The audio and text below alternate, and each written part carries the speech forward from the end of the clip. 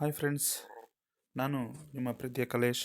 So ಇವತ್ತು ನಾವು ಯಾವ ಟಾಪಿಕ್ ಬಗ್ಗೆ ಡಿಸ್ಕಸ್ ಮಾಡಲಿಕ್ಕೆ ಹೊರಟಿದ್ದೀನಿ ಅಂತಂದರೆ ಪ್ರತಿಫಲ ಪ್ರಮಾಣದ ಬಗ್ಗೆ. ಸೊ ವಿವರವಾಗಿ ಡಿಸ್ಕಸ್ ಮಾಡೋಣ. ಪ್ರತಿಫಲ ಪ್ರಮಾಣ ಅಂದರೆ ರಿಟರ್ನ್ ಟು ಸ್ಕೇಲ್. ಇಂಗ್ಲೀಷಲ್ಲಿ ಇದ್ರ ಕಾನ್ಸೆಪ್ಟ್ ಹೆಸರು ರಿಟರ್ನ್ ಟು ಸ್ಕೇಲ್ ಅಂತ ಕರಿತೀವಿ. ಸೊ ಅದ್ರ ಬಗ್ಗೆ ಡಿಸ್ಕಸ್ ಮಾಡಲಿಕ್ಕೆ ಅಂತಲೇ ನಾನು ಇವತ್ತು ಈ ವಿಡಿಯೋ ಮಾಡ್ತಾ ಇರೋದು. ಸೊ ಏನು ಪ್ರತಿಫಲ ಪ್ರಮಾಣ ನಿಯಮವು ಸಹ ದೀರ್ಘಾವಧಿಯಲ್ಲಿ ಎಲ್ಲ ಆದಾನಗಳ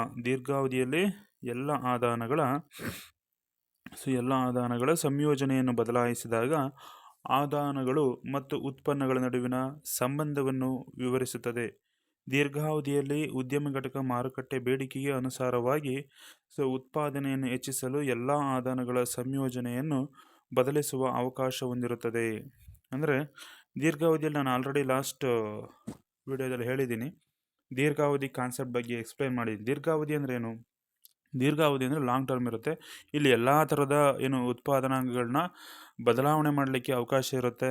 ಹೊಸ ಭೂಮಿ ತೊಗೋಬೋದು, ಹೊಸ ಕಟ್ಟಡ ಕಟ್ಬೋದು, ಹೊಸ ಯಂತ್ರಗಳನ್ನ ತೊಗೋಬೋದು. ಸೊ ದೊಡ್ಡ ಮಟ್ಟದ ಬೇಡಿಕೆಗೆ ಅನುಗುಣವಾಗಿ ಉತ್ಪಾದನೆಯನ್ನು ಹೆಚ್ಚಿಸಿಕೊಳ್ಳುವಂತಹ ಅವಕಾಶ ಇಲ್ಲಿ ಇರ್ತದೆ. ಹಾಗಾಗಿ ಎಲ್ಲ ಆದಾನಗಳ ಸಂಯೋಜನೆಯನ್ನು ಬದಲಿಸಲಿಕ್ಕೆ ಅವಕಾಶ ಇರ್ತದೆ ದೀರ್ಘಾವಧಿಯಲ್ಲಿ. ಉದ್ಯಮ ಘಟಕವು ಎಲ್ಲ ಆದಾನಗಳ ಸಂಯೋಜನೆಯನ್ನು ಬದಲಿಸಿದಾಗ ಒಟ್ಟು ಉತ್ಪನ್ನ ಮೂರು ವಿಭಿನ್ನ ರೀತಿಯಲ್ಲಿ ಬದಲಾಗ್ತದೆ. ಒಟ್ಟು ಉತ್ಪನ್ನ ಟೋಟಲ್ ಪ್ರೊಡಕ್ಷನ್ನು ಮೂರು ವಿಭಿನ್ನ ರೀತಿಯಲ್ಲಿ ಬದಲಾವಣೆ ಆಗ್ತಕ್ಕಂಥದ್ದು ನಾವಿಲ್ಲಿ ನೋಡ್ಬೋದು. ಯಾವ ರೀತಿ ಬದಲಾವಣೆ ಆಗ್ತದೆ? ಏರಿಕೆ ಪ್ರತಿಫಲ ನಿಯಮಕ್ಕನುಸಾರವಾಗಿ ಒಟ್ಟು ಉತ್ಪನ್ನ ಬದಲಾವಣೆ ಆಗ್ತದೆ. ಇನ್ನೊಂದು ಸ್ಥಿರ ಪ್ರತಿಫಲ ನಿಯಮಕ್ಕನುಸಾರವಾಗಿ ಬದಲಾವಣೆ ಆಗ್ತದೆ. ಇನ್ನೊಂದು ಇಳಿಕೆ ಪ್ರತಿಫಲ ಪ್ರಮಾಣಕ್ಕೆ ಅನುಗುಣವಾಗಿ ಬದಲಾವಣೆ ಆಗ್ತದೆ. ಎಷ್ಟು? ಮೂರು ರೀತಿಯಾಗಿ.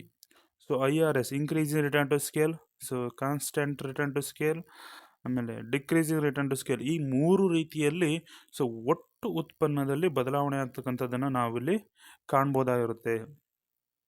ಹಾಗಾಗಿ ನೆಕ್ಸ್ಟ್ ನೋಡ್ತಕ್ಕಂಥದ್ದು ಯಾವುದು? ಏರಿಕೆ ಪ್ರತಿಫಲ ನಿಯಮ. ಏರಿಕೆ ಪ್ರತಿಫಲ ನಿಯಮ ಅಂದರೆ ಏನು?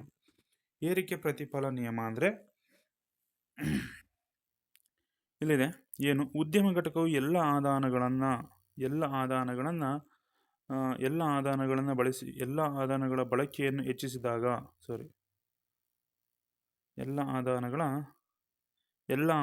ಬಳಕೆಯನ್ನು ಹೆಚ್ಚಿಸಿದಾಗ ಆದಾನಗಳ ಪ್ರಮಾಣಕ್ಕಿಂತ ಉತ್ಪನ್ನವು ಅಧಿಕ ಪ್ರಮಾಣದ್ದಾಗಿದ್ದರೆ ಅಥವಾ ಅಧಿಕ ಪ್ರಮಾಣದಲ್ಲಿ ಹೆಚ್ಚಾಗುವುದನ್ನು ಏರಿಕೆ ಪ್ರತಿಫಲ ನಿಯಮ ಅಂತ ಕರಿತೀವಿ. ಇಲ್ಲಿ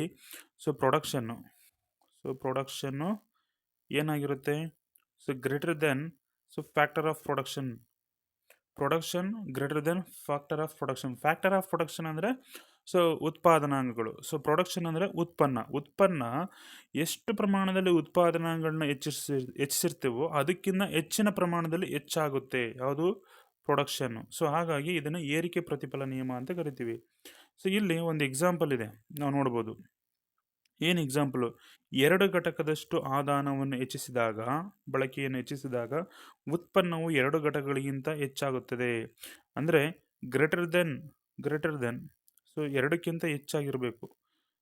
ಉತ್ಪನ್ನ 2ಕ್ಕಿಂತ ಹೆಚ್ಚಾಗಿರಬೇಕು. ಇದು 2 ಯೂನಿಟ್ನಷ್ಟು ನಾವು ಫ್ಯಾಕ್ಟರ್ ಆಫ್ ಪ್ರೊಡಕ್ಷನ್ ಅನ್ನು ಅಂದರೆ ಉತ್ಪಾದನಾಂಗಗಳನ್ನ ಅಥವಾ ಆದಾನವನ್ನು ಹೆಚ್ಚಿಸಿದ್ರೆ 2 ಯೂನಿಟ್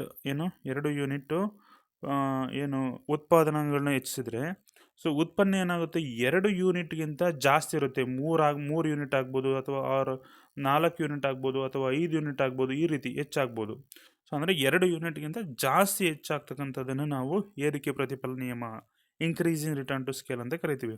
ಇನ್ನು ನೆಕ್ಸ್ಟ್ ನೋಡೋದಾದ್ರೆ ಸ್ಥಿರ ಪ್ರತಿಫಲ ನಿಯಮ. ಸ್ಥಿರ ಪ್ರತಿಫಲ ನಿಯಮ ಏನು ಹೇಳ್ತದೆ? ಉದ್ಯಮ ಘಟಕವು ಎಲ್ಲ ಆದಾನಗಳನ್ನು ಹೆಚ್ಚಿಸಿದಂಥ ಪ್ರಮಾಣಕ್ಕೆ ಸಮವಾಗಿ ಅಥವಾ ಅನುಗುಣವಾಗಿ ಉತ್ಪನ್ನವು ಹೆಚ್ಚಾಗುತ್ತದೆ. ಅಂದರೆ ಉದ್ಯಮ ಘಟಕ ಎಷ್ಟು ಉತ್ಪಾದನೆಗಳನ್ನ ಹೆಚ್ಚಳ ಮಾಡ್ತದೋ ಅಷ್ಟೇ ಪ್ರಮಾಣದಲ್ಲಿ ಉತ್ಪನ್ನವು ಹೆಚ್ಚಳ ಆಗುತ್ತೆ. ಇದನ್ನು ಸ್ಥಿರ ಪ್ರತಿಫಲ ಪ್ರಮಾಣ ಅಂತ ಕರಿತೀವಿ. ಸ್ಥಿರ ಪ್ರತಿಫಲ ಪ್ರಮಾಣ. ಪ್ರೊಡಕ್ಷನ್ ಎಷ್ಟು ಹೆಚ್ಚಾಗುತ್ತೋ ಅದು ಯಾವುದಕ್ಕೆ ಈಕ್ವಲ್ ಆಗಿರುತ್ತೆ? ಫ್ಯಾಕ್ಟರ್ ಆಫ್ ಪ್ರೊಡಕ್ಷನ್ಗೆ. ಫ್ಯಾಕ್ಟರ್ ಆಫ್ ಪ್ರೊಡಕ್ಷನ್ಗೆ ಈಕ್ವಲ್ ಆಗಿರುತ್ತದೆ. ಫ್ಯಾಕ್ಟರ್ ಆಫ್ ಪ್ರೊಡಕ್ಷನ್ ಎಷ್ಟು ಹೆಚ್ಚಾಗುತ್ತೋ ಅಷ್ಟೇ ಪ್ರಮಾಣದಲ್ಲಿ ಪ್ರೊಡಕ್ಷನ್ ರೈಸ್ ಆಗುತ್ತೆ. ಪ್ರೊಡಕ್ಷನ್ ಕೂಡ ರೈಸ್ ಆಗ್ತಕ್ಕಂಥದ್ದು ನಾವಿಲ್ಲಿ ಕಾಣ್ಬೋದು. ಫ್ಯಾಕ್ಟರ್ ಆಫ್ ಪ್ರೊಡಕ್ಷನ್ ಎಷ್ಟು ರೈಸ್ ಆಗುತ್ತೋ ಅಷ್ಟೇ ಪ್ರಮಾಣದಲ್ಲಿ ಏನಾಗುತ್ತೆ, ರೈಸ್ ಆಗುತ್ತೆ. ಇಲ್ಲಿ ಆದಾನದ ಪ್ರಮಾಣ ಅಥವಾ ಉತ್ಪಾದನಾಂಗದ ಪ್ರಮಾಣ ಮತ್ತು ಉತ್ಪನ್ನದ ಪ್ರಮಾಣ ಎರಡೂ ಕೂಡ ಈಕ್ವಲ್ ಆಗಿರುತ್ತೆ. ಈಗ 2 ಯೂನಿಟ್ನಷ್ಟು ನಾವು 2 ಯೂನಿಟ್ನಷ್ಟು ಏನು ಉತ್ಪಾದನಾಂಗವನ್ನು ಹೆಚ್ಚಿಸಿದ್ರೆ ಸೊ ಉತ್ಪನ್ನವು ಕೂಡ 2 ಯೂನಿಟ್ನಷ್ಟು ಹೆಚ್ಚಲಾಗುತ್ತೆ. ಅಂದರೆ ಸೊ ಇಲ್ಲಿ ಲೇಬರ್ನ ಪ್ರಮಾಣ, ಫಾರ್ ಎಕ್ಸಾಂಪಲ್ ಒಂದು ಲೇಬರ್ನ ತಗೋಣ, ಶ್ರಮದ ಘಟಕ 2 ಯೂನಿಟ್ನಷ್ಟು ನಾವು ಶ್ರಮದ ಘಟಕವನ್ನು ಹೆಚ್ಚಿಸಿದ್ರೆ 2 ಯೂನಿಟ್ ಶ್ರಮದ ಘಟಕವನ್ನು ಹೆಚ್ಚಿಸಿದ್ರೆ ಸೊ ಉತ್ಪನ್ನವು ಕೂಡ ಏನಾಗ್ತದೆ 2 ಯೂನಿಟ್ನಷ್ಟು ಹೆಚ್ಚಾಗುತ್ತೆ. 2 ಯೂನಿಟ್ ಸೊ ಉತ್ಪನ್ನ ಹೆಚ್ಚಾಗತಕ್ಕಂಥದ್ದು ನಾವಿಲ್ಲಿ ಕಾಣ್ಬೋದಾಗಿರುತ್ತೆ. ಇನ್ನು ನೆಕ್ಸ್ಟ್ ನಾವು ನೋಡೋದಾದ್ರೆ ನೆಕ್ಸ್ಟ್ ಇನ್ನೊಂದಿದೆ. ಇಲ್ಲಿ ಸೊ ಇಳಿಕೆ ಪ್ರತಿಫಲ ನಿಯಮ ಅಂದರೆ decrease in return to scale, ಆಯಿತಾ. ಸೊ ಇದೇನು ಕಾನ್ಸೆಪ್ಟ್ ಅಂತಂದರೆ ಉದ್ಯಮ ಘಟಕವು ಎಲ್ಲ ಆದಾನಗಳ ಬಳಕೆಯನ್ನು ಹೆಚ್ಚಿಸಿದಾಗ ಸೊ ಬಳಕೆಯಾದಂತಹ ಆದಾನಗಳ ಪ್ರಮಾಣಕ್ಕಿಂತ ಉತ್ಪನ್ನದ ಪ್ರಮಾಣ ಅಥವಾ ಉತ್ಪನ್ನವು ಕಡಿಮೆ ಪ್ರಮಾಣದಲ್ಲಿ ಹೆಚ್ಚುವುದನ್ನು ಸೊ ಇಳಿಕೆ ಪ್ರತಿಫಲ ನಿಯಮ ಅಥವಾ decrease in return to scale ಅಂತ ಕರಿತೀವಿ. ಸೊ ಉದಾಹರಣೆಗೆ 2 ಘಟಕಗಳಷ್ಟು ಆದಾನಗಳ ಬಳಕೆಯನ್ನು ಹೆಚ್ಚಿಸಿದರೆ ಉತ್ಪನ್ನವು 2 ಘಟಕಗಳಿಗಿಂತ ಕಡಿಮೆ ಪ್ರಮಾಣದಲ್ಲಿ ಹೆಚ್ಚುತ್ತದೆ. 2 ಪ್ರಮಾಣಕ್ಕಿಂತ ಕಡಿಮೆ ಪ್ರಮಾಣದಲ್ಲಿ. ಈಗ ಫಾರ್ ಎಕ್ಸಾಂಪಲ್ ಈ 2 ಯೂನಿಟ್ನಷ್ಟು ನಾವು 2 ಯೂನಿಟ್ನಷ್ಟು ಲೇಬರನ್ನು ಹೆಚ್ಚಿಸಿದ್ರೆ ಸೊ ಉತ್ಪನ್ನದ ಪ್ರಮಾಣ ಎಷ್ಟಾಗುತ್ತದೆ, 2 ಯೂನಿಟ್ಗಿಂತ ಕಡಿಮೆ. ಫಾರ್ ಎಕ್ಸಾಂಪಲ್ 1 ಯೂನಿಟ್ ಆಗ್ಬೋದು ಅಥವಾ 1.5 ಆಗ್ಬೋದು, ಈ ರೀತಿ. ಸೊ 1 ಯೂನಿಟ್ ಸೊ ಅಲ್ಲಿ 2ಕ್ಕೆ ಈಕ್ವಲ್ ಆಗಿಲ್ಲ, 2ಕ್ಕಿಂತ ಜಾಸ್ತಿನೂ ಆಗಿಲ್ಲ. ಸೊ 2 ಯೂನಿಟ್ಗಿಂತ ಕಡಿಮೆ ಪ್ರಮಾಣದಲ್ಲಿ ಸೊ ರೈಸ್ ಆದರೆ ಅದನ್ನು ಏನಂತ ಕರಿತೀವಿ, decrease in return to scale ಅಂತ ಕರಿತೀವಿ. ಇದು most important question. So 3rd ಚಾಪ್ಟ್ರಲ್ಲಿ ಸೊ 4 ಮಾರ್ಕ್ಸಿಗೆ ಎಷ್ಟು 4 ಮಾರ್ಕ್ಸಿಗೆ ಕೇಳ್ತಾನೆ. 4 ಮಾರ್ಕ್ಸು. ಸೊ ಬರೆದಿಟ್ಕೊಬಿಡಿ, ಇಂಪಾರ್ಟೆಂಟ್ ಕ್ವಶನ್ನು. ಸೊ ಗ್ಯಾರಂಟಿ ಕ್ವಶನ್ ಬರುತ್ತೆ ಇದು 4 ಮಾರ್ಕ್ಸ್ಗೆ. ಸೊ ಬೇಕಾದ್ರೆ 3 ಸ್ಟಾರ್ ಹಾಕಿ ಇಟ್ಕೊಳ್ಳಿ, ನಾನು ಗ್ಯಾರಂಟಿ ಕೊಡ್ತೀನಿ, ಗ್ಯಾರಂಟಿ ಕ್ವಶನ್ ಬರುತ್ತಿದ್ದು. ಸೊ ಯಾಕೆಂದ್ರೆ ಅಷ್ಟು ಇಂಪಾರ್ಟೆಂಟ್ ಕ್ವಶನ್. 4 ಮಾರ್ಕ್ಸಿಗೆ ಕ್ವಶನ್ ತೆಗೆದ್ರೆ ಇದೇ ಕ್ವಶನ್ ತೆಗೆತಕ್ಕಂಥದ್ದು ನಾವು ಈ ಚಾಪ್ಟ್ರಲ್ಲಿ ನೋಡ್ಬೋದು. ಸೊ ನಿಮ್ಗೆ ಅರ್ಥ ಆಗಿದೆ ಅಂದ್ಕೊಳ್ತೀನಿ ಕಾನ್ಸೆಪ್ಟು. ಸೊ ಏರಿಕೆ ಪ್ರತಿಫಲ ನಿಯಮ, ಇಳಿಕೆ ಪ್ರತಿಫಲ ನಿಯಮ, ಸ್ಥಿರ ಪ್ರತಿಫಲ ನಿಯಮ, ಸ್ಥಿರ ಪ್ರತಿಫಲ, ಇಳಿಕೆ ಪ್ರತಿಫಲ. ಸೊ ಇಷ್ಟನ್ನು ನಾವಿಲ್ಲಿ ಈ ಒಂದು ವಿಡಿಯೋದಲ್ಲಿ ನೋಡ್ತಕ್ಕಂಥದ್ದು. ಸೊ ಏರಿಕೆ ಪ್ರತಿಫಲ ನಿಯಮ ಅಂದ್ರೇನು? ಏರಿಕೆ ಪ್ರತಿಫಲ ನಿಯಮ ಅಂದರೆ ಸೊ ಪ್ರೊಡಕ್ಷನ್ ಏನಾಗಿರುತ್ತೆ, ಪ್ರೊಡಕ್ಷನ್ನು ಸೊ ಗ್ರೇಟರ್ ದೆನ್ ಏನಾಗಿರುತ್ತೆ, ಫ್ಯಾಕ್ಟರ್ ಆಫ್ ಪ್ರೊಡಕ್ಷನ್ ಆಗಿರುತ್ತದೆ. ಸೊ ಉತ್ಪನ್ನವು ಗ್ರೇಟರ್ ದೆನ್ ಯಾವುದಕ್ಕಿಂತ, ಸೊ ಉತ್ಪಾದನಕ್ಕಿಂತ ಹೆಚ್ಚಾಗಿರ್ತದೆ. ಉತ್ಪಾದನವನ್ನು ಎಷ್ಟು ಪ್ರಮಾಣದಲ್ಲಿ ಹೆಚ್ಚಿಸ್ಕೊಳ್ತೀವೋ ಅದಕ್ಕಿಂತ ಹೆಚ್ಚಿನ ಪ್ರಮಾಣದಲ್ಲಿ ಏನಾಗಿರುತ್ತೆ, ಪ್ರೊಡಕ್ಷನು ಜಾಸ್ತಿ ಆಗ್ತಿರುತ್ತೆ, ಹೆಚ್ಚಾಗ್ತಿರತಕ್ಕಂಥದ್ದು ನಾವು ನೋಡ್ಬೋದು. ಇದು ಯಾವುದು, ಏರಿಕೆ ಪ್ರತಿಫಲ ನಿಯಮ. ಇನ್ನು ನೆಕ್ಸ್ಟು ಸ್ಥಿರ ಪ್ರತಿಫಲ ನಿಯಮದಲ್ಲಿ ನಾವೇನು ನೋಡ್ತೀವಿ ಅಂದರೆ production. So production so equal to factor of production ಅಂದರೆ ಸೊ ಉತ್ಪನ್ನ ಏನಾಗಿರ್ತದೆ ಅಂದರೆ ಸೊ ಎಷ್ಟು ಪ್ರಮಾಣದಲ್ಲಿ ಉತ್ಪಾದನೆಗಳು ಅಥವಾ ಆದಾನಗಳನ್ನ ನಾವು ಹೆಚ್ಚಿಸ್ಕೊಂಡಿರ್ತೀವೋ ಅದಕ್ಕೆ ಈಕ್ವಲ್ ಆಗಿರುತ್ತದೆ. ಯಾವುದು, ಸ್ಥಿರ ಪ್ರತಿಫಲ ನಿಯಮದಲ್ಲಿ ನಾವು ಕಾಣ್ತಕ್ಕಂಥದ್ದು, ಆಯಿತಾ. ಉತ್ಪನ್ನವು ಉತ್ಪಾದನಾಂಗಗಳಿಗೆ ಈಕ್ವಲ್ ಆಗಿರುತ್ತೆ, ಇದು ಸ್ಥಿರ ಪ್ರತಿಫಲ ನಿಯಮ. ಸೊ ಎಷ್ಟು ಪ್ರಮಾಣದಲ್ಲಿ ಉತ್ಪಾದನಾಂಗವನ್ನು ಹೆಚ್ಚಿಸ್ಕೊಳ್ತೀವೋ ಅಷ್ಟೇ ಪ್ರಮಾಣದಲ್ಲಿ ಉತ್ಪನ್ನ ರೈಸ್ ಆಗ್ತಕ್ಕಂಥದ್ದು ನಾವಿಲ್ಲಿ ಕಾಣ್ಬೋದಾಗಿರುತ್ತೆ.